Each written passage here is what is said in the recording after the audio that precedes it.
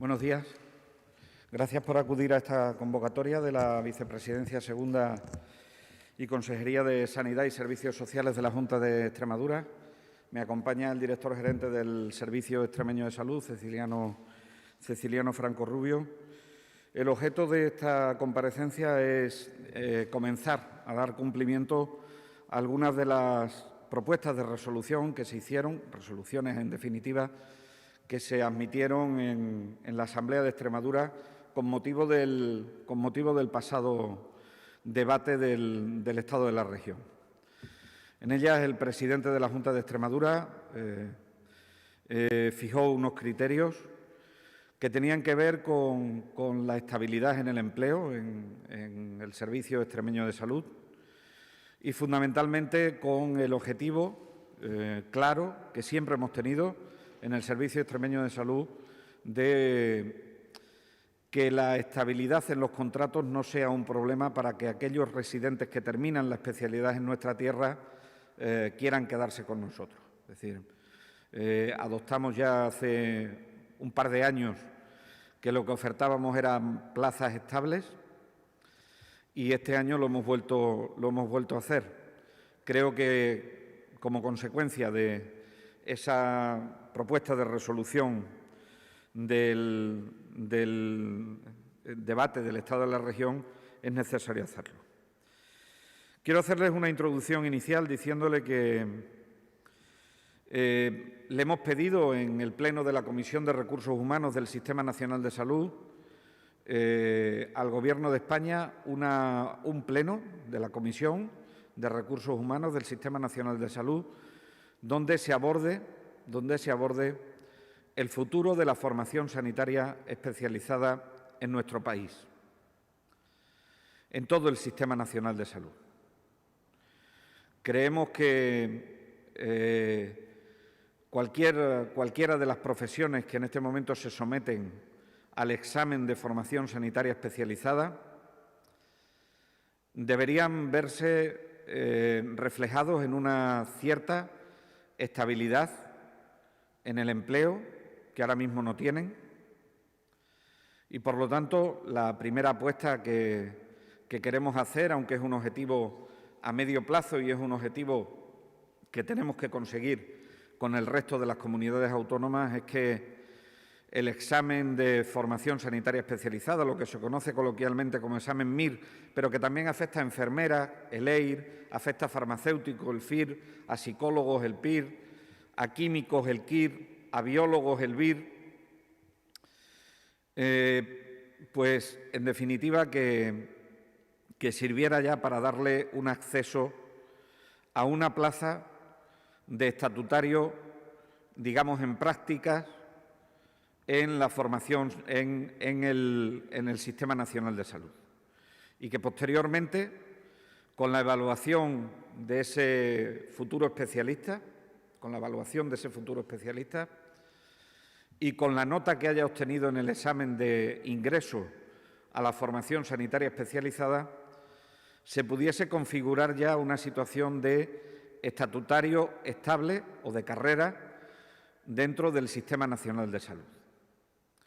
Creemos que de esa manera la inversión que realiza nuestro Sistema Nacional de Salud en la formación de los especialistas sería muchísimo más aprovechable para todos los ciudadanos y para todas las ciudadanas. En ese sentido es como nos hemos expresado en los últimos plenos de la Comisión de Recursos Humanos, cuestión que ha sido aceptada por el Ministerio de Sanidad para abrir un proceso reflexivo, y tenemos el compromiso del Ministerio de Sanidad para comenzar a trabajar en esa línea de estabilización que, como les digo, es un objetivo a medio plazo. Mientras tanto, mientras eso se consigue en el medio plazo, tenemos cuestiones que hacer al corto plazo. Y las cuestiones que tenemos que hacer al corto plazo es poder ofertarle a aquellos especialistas que terminan la especialidad dentro de nuestra tierra los contratos más estables posibles.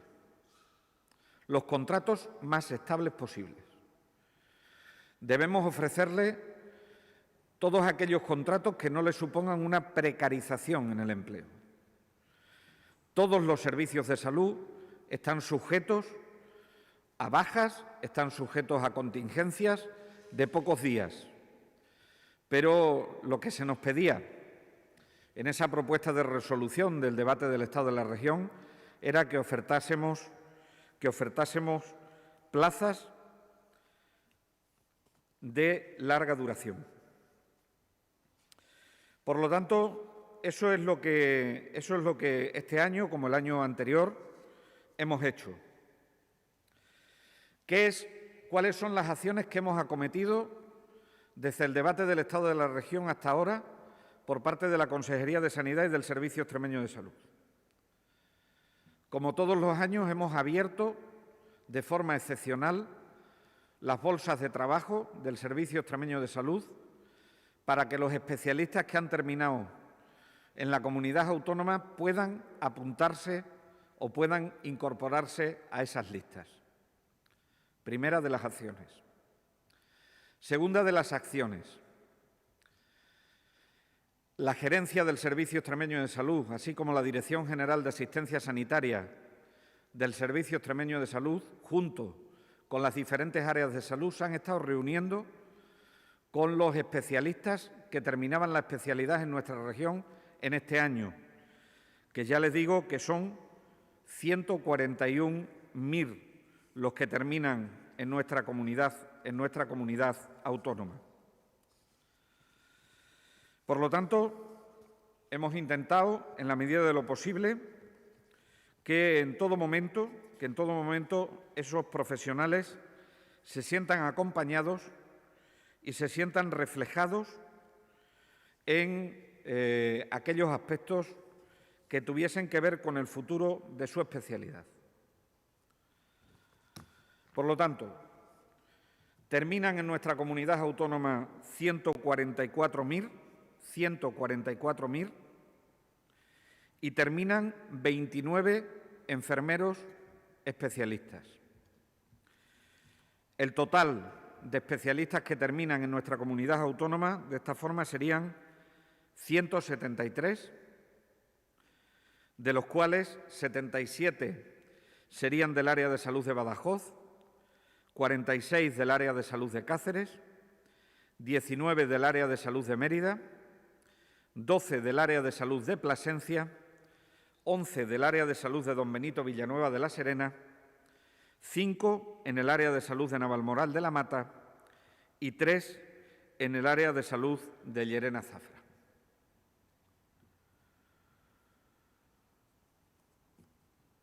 Sepan ustedes que la formación de estos profesionales está sujeta a una doble relación, una relación formativa y una relación laboral con el Servicio Extremeño de Salud.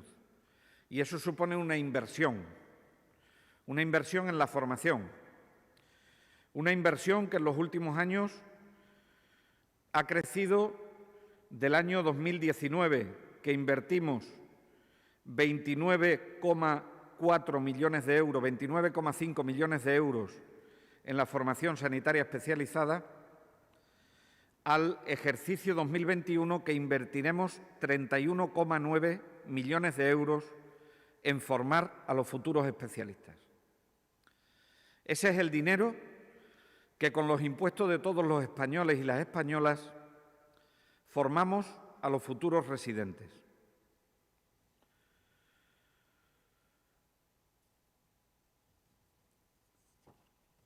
Así las cosas, teníamos que ofertar contratos, como les decía, estables, y esos contratos estables que teníamos que ofertar se los voy a decir a continuación, a pesar de haberlos hecho públicos en la web donde colgamos habitualmente las ofertas de empleo por parte del Servicio Extremeño de Salud, así como los procesos selectivos. Se han ofertado 214 nombramientos estables, quiere decir de larga duración, a los que se les ha añadido de forma adicional 109 eventualidades de distinta duración, sustituciones por bajas laborales, bajas maternales o vacaciones que también serán ofertadas. No obstante, la oferta de empleo estable que le proponemos a los especialistas que han terminado en nuestra comunidad autónoma son 214 plazas. Como ven ustedes, muy superior al número de residentes que terminan. Por lo tanto, si el motivo de la estabilidad en el empleo de esos especialistas es por la estabilidad en sus contratos, en esta ocasión les tenemos que decir que no hay motivos para que se vayan de Extremadura. Les estamos ofreciendo más contratos que especialistas terminan. De esos 214 nombramientos estables de larga duración, 102 pertenecen a médicos de familia en equipo de atención primaria.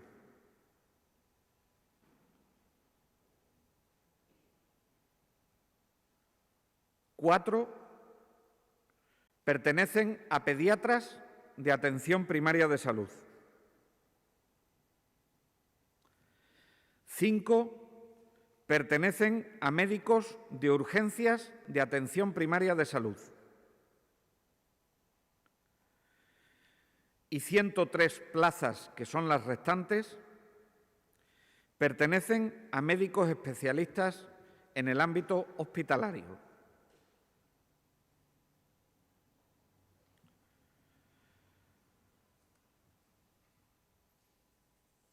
La oferta de especialidades por las distintas áreas de salud es bastante numerosa.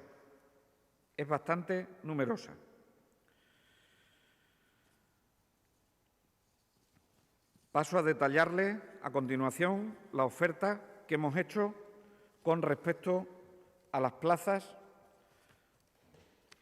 que tenemos contenidas en esos contratos que son de larga duración.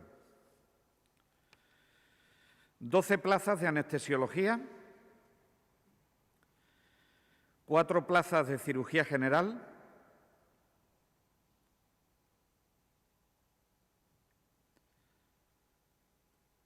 1 plaza de cirugía pediátrica, 2 plazas de dermatología, 2 plazas de oftalmología, 4 plazas de otorrinolaringología, 7 plazas de radiodiagnósticos, 12 plazas de traumatología, 2 plazas de anatomía patológica, 2 plazas de cardiología, 1 plaza de endocrinología,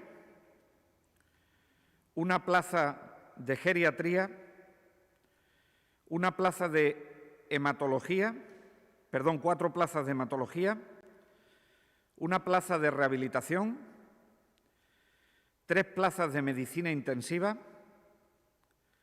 3 plazas de medicina interna, 1 plaza de medicina nuclear, 1 plaza de microbiología, 3 plazas de neumología, 3 plazas de obstetricia y ginecología, 2 plazas de oncología médica, 1 plaza de oncología radioterápica,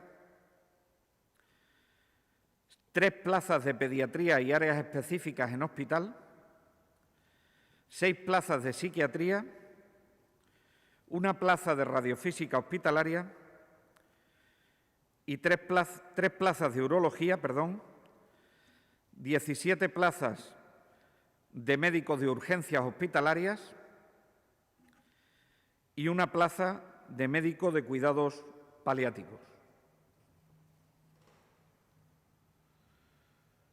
la cuantía total de los contratos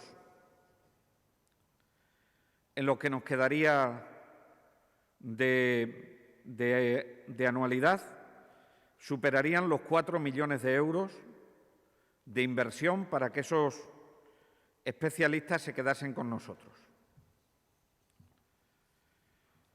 La segunda de las cuestiones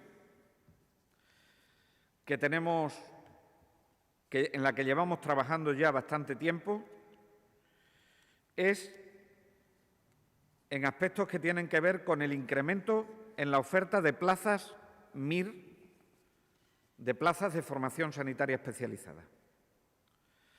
Está próxima la asignación de plazas que este año en la Comunidad Autónoma de Extremadura es la mayor de toda la historia y corresponden a 279 plazas para formarse en la Comunidad Autónoma de Extremadura. De las 279 plazas de formación sanitaria especializada, 215 son plazas MIR, 106 de especialidades hospitalarias y 94 de medicina familiar y comunitaria. 51 plazas corresponden a enfermeras internas residentes. 7 plazas son de farmacéuticos, 1 plaza de radiofísico y 5 plazas de psicología clínica. El incremento que se está produciendo en los últimos años es un incremento bastante notable. Tanto es así que la última oferta que hicimos, que fue el año anterior a este, fueron de 249 plazas. Y tenemos pendiente, para terminar, y esperando que lo acrediten, 16 nuevas plazas que incorporaríamos a la oferta de formación sanitaria especializada del año que viene. Terminamos así con un largo periodo en el que se han producido disminuciones de la oferta de formación sanitaria especializada, pero lo más importante del día de hoy es que damos respuesta con contratos estables a aquellos especialistas que quieran quedarse en el Servicio Extremeño de Salud con contratos muy estables. La semana que viene se celebrará Mesa Sectorial de Sanidad, donde acordaremos otras medidas, espero, o por lo menos las llevaremos a negociación, otras medidas de estabilización en los profesionales sanitarios del ámbito del Servicio Extremeño de Salud, que les daré cuenta y que también forman parte de esta propuesta de resolución del debate del Estado de la región. Por nuestra parte, nada más, y quedamos abiertas a las preguntas que tengan al respecto. Buenos días. Turno de intervenciones para los compañeros de los medios de comunicación. Juan Soriano, del diario Hoy. Hola, buenos días. Sí, yo quería saber de estos contratos que se han ofertado, cuántos se han firmado, cuántos se han aceptado y bueno, cuántos de estos especialistas se van a quedar.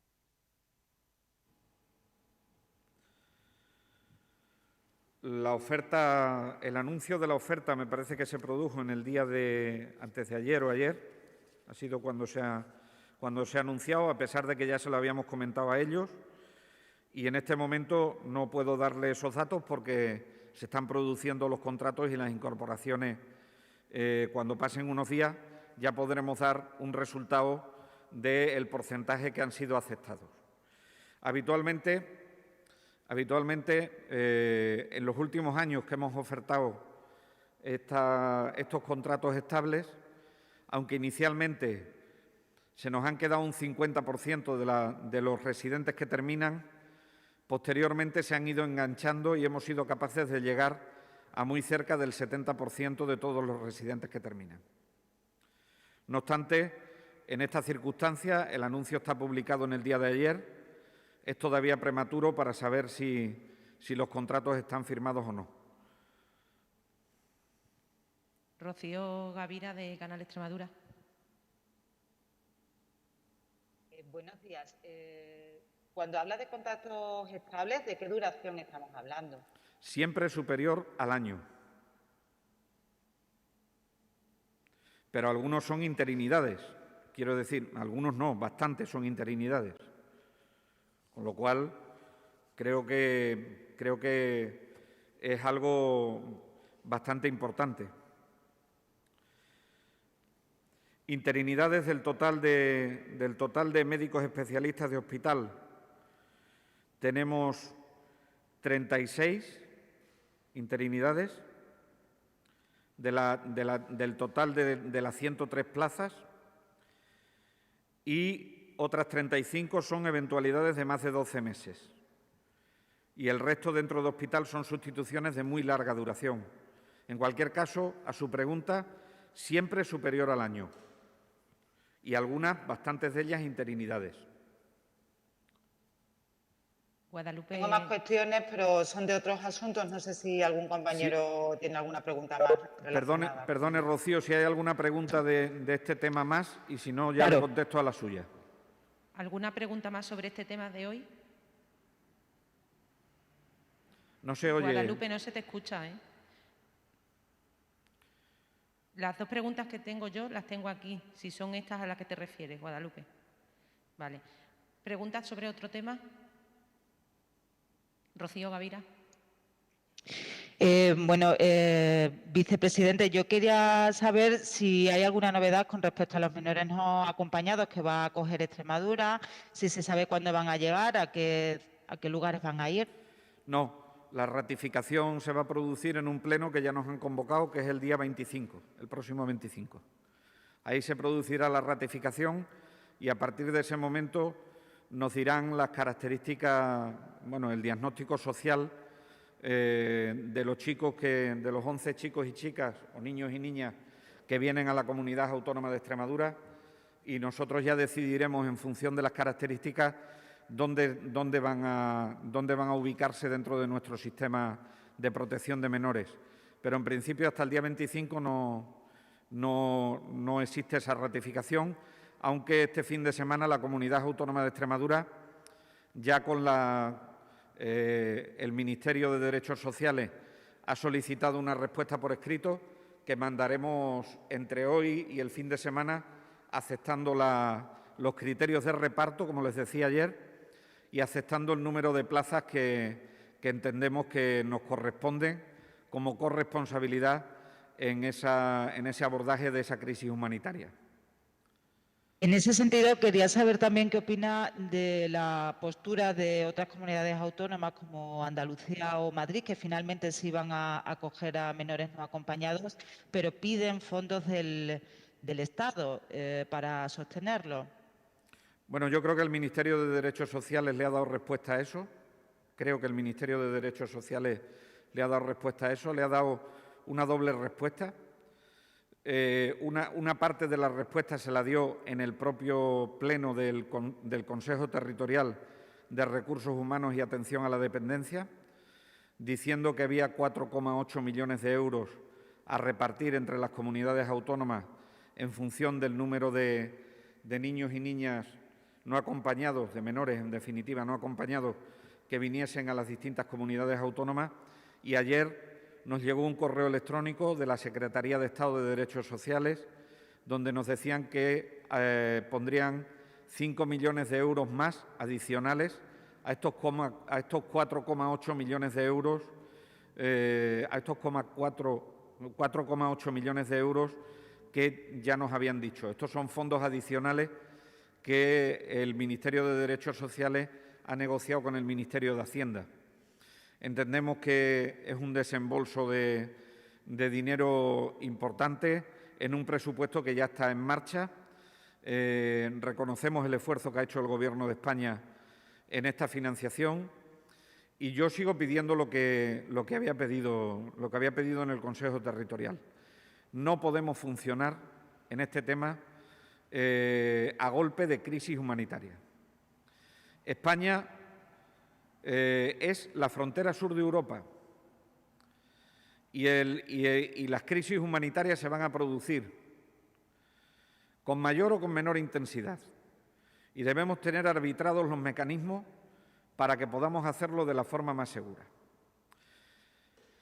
Y si le digo la verdad, a mí más que el dinero, que me preocupa evidentemente porque quiero tener los recursos suficientes para hacer todo el proceso de atención adecuada a la infancia y a la adolescencia, así como la reinserción social y laboral de estos chicos y chicas, desde luego lo que me preocupa también es que seamos capaces de modificar, en el sentido que tengamos que hacerlo, el sistema de protección de menores en el caso de los menores no acompañados que vienen de otros países y que acceden por esta vía a España, porque no tienen las mismas necesidades que tienen los niños y niñas que son españoles y que forman parte del sistema de protección de menores.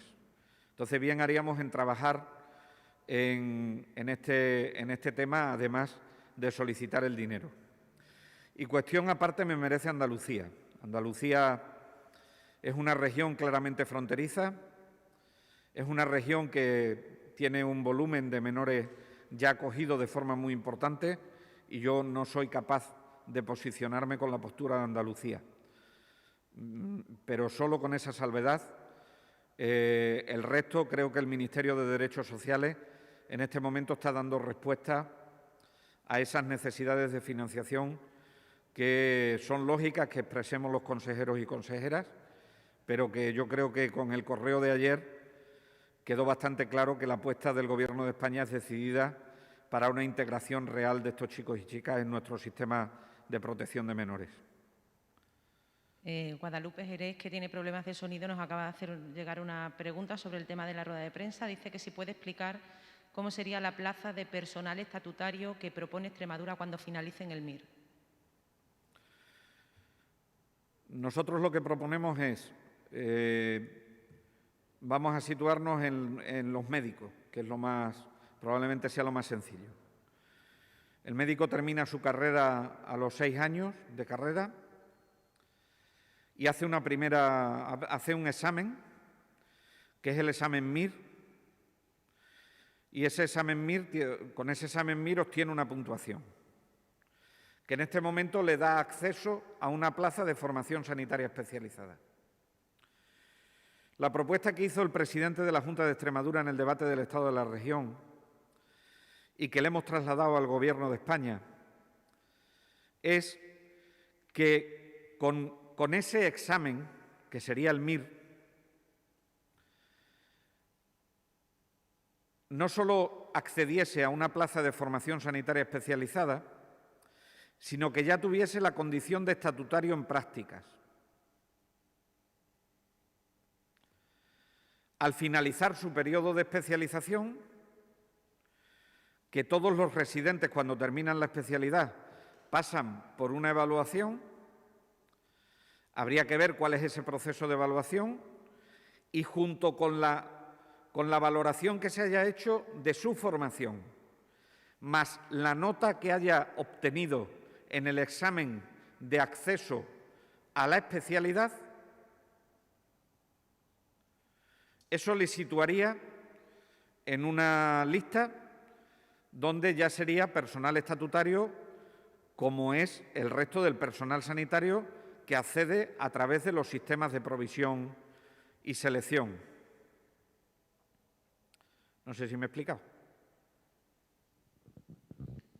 Nos hace llegar otras 2 preguntas Guadalupe Jerez, que dice sobre la participación de Extremadura en el proyecto piloto del pasaporte verde digital.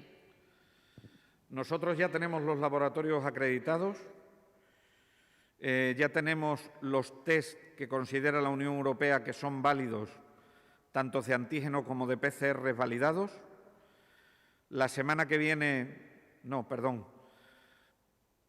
sé si la semana que viene o la siguiente, alrededor del día 6 o el día 7, haremos una prueba de interoperabilidad con la Unión Europea, con otros países de la Unión Europea, y yo creo que a principios de julio, como muy tarde, el carnet UE COVID, que es como se llama, y afortunadamente ayer tuvimos una buena noticia por parte de la Unión Europea aprobándolo, pues estaría en disponibilidad de poder ser utilizado en los viajes a otros países. Nosotros lo que hemos propuesto es que ese mismo carnet sirva para poder desplazarse con seguridad dentro de nuestro país también.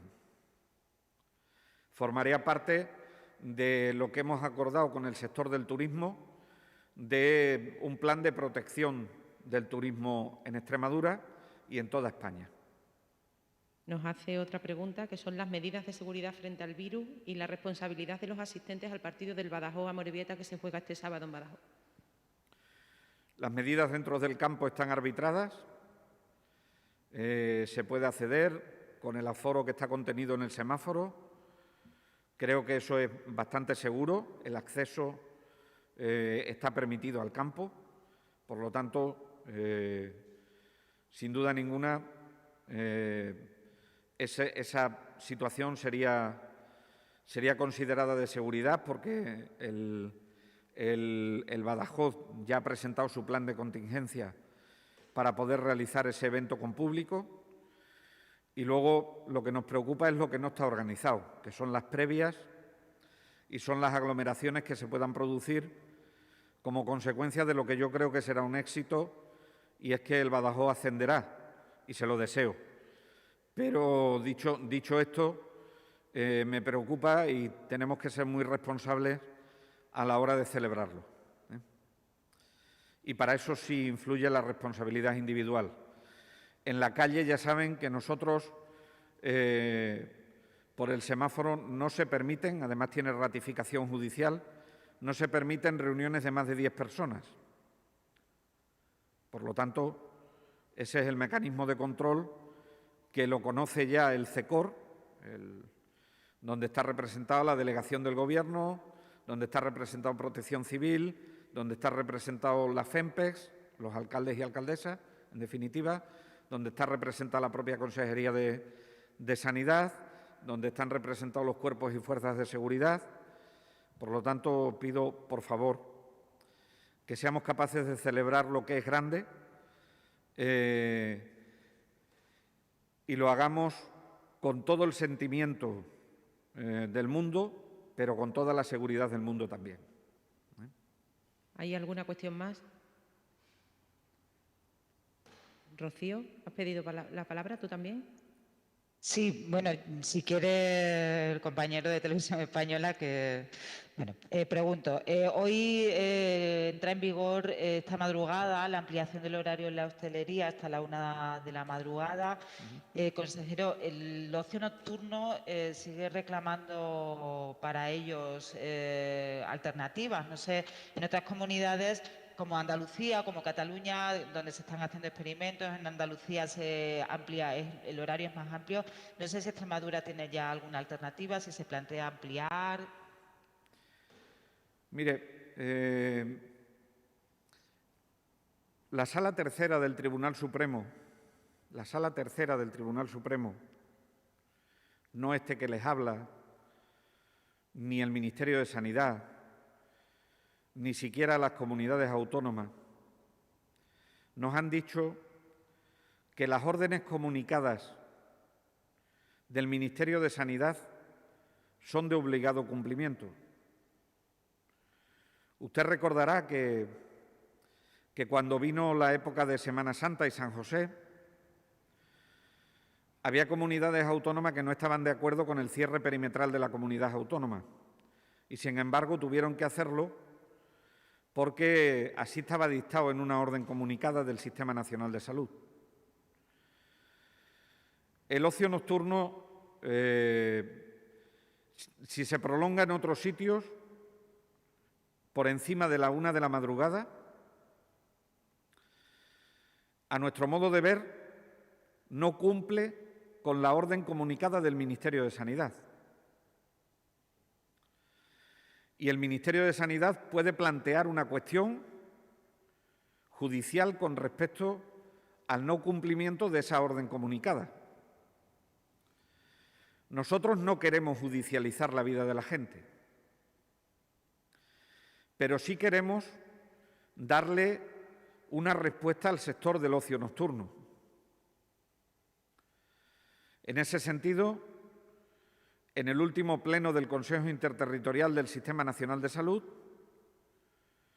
la propia ministra de Sanidad fue la que propuso que hiciésemos un texto refundido de las 5 órdenes comunicadas que en este momento están vigentes y que regulan aspectos como el ocio nocturno, que regulan aspectos como fumar en la vía pública, que regulan aspectos como las residencias de mayores, que regulan aspectos de diferentes índoles, pues que hagamos un texto refundido y que hagamos un texto adaptado a la realidad de la infección en la comunidad autónoma, en las distintas comunidades autónomas en el país, y también un texto que sea acorde con lo que está reclamando el sector. Por lo tanto, ahí es donde tenemos que trabajar las comunidades autónomas para flexibilizar determinadas medidas que permitan ir pudiendo retomar algunos aspectos del ocio nocturno. Y esa es la estrategia que va a seguir la Comunidad Autónoma de Extremadura. Participar activamente en ese grupo de trabajo que permita disponer de unas órdenes comunicadas nuevas, adaptadas a la realidad actual, tanto de inmunidad como de infección, para que el ocio nocturno, si tiene que ampliarse el horario, pues evidentemente se amplíe, ¿no? Pero siempre vamos a respetar lo que digan las órdenes comunicadas del Ministerio de Sanidad, porque nos parece que hacer otra cosa nos metería en un problema judicial que creo que los ciudadanos y ciudadanas, con la fatiga pandémica que sufren, no se merecen. Javi Serrano, de Televisión Española. Sí, buenos días, consejero. La primera pregunta, son 2 preguntas. La primera pregunta es, ¿qué sabemos respecto a la autorización judicial que se espera para el cierre de los centros de Maimona? ¿Cuál es su estado actual? Y por otro lado, novedades respecto a ese último brote. Perdón, es que ¿Sí? no he entendido la pregunta. Sí, respecto a la autorización judicial para el cierre de los centros de Maimona. ¿Ya está sobre la mesa? ¿La tiene ya el Ejecutivo Regional? ¿Se sabe algo? Porque había 3 días de plazo. Y por otro lado, respecto al brote de Arroyo San Serván, últimas novedades.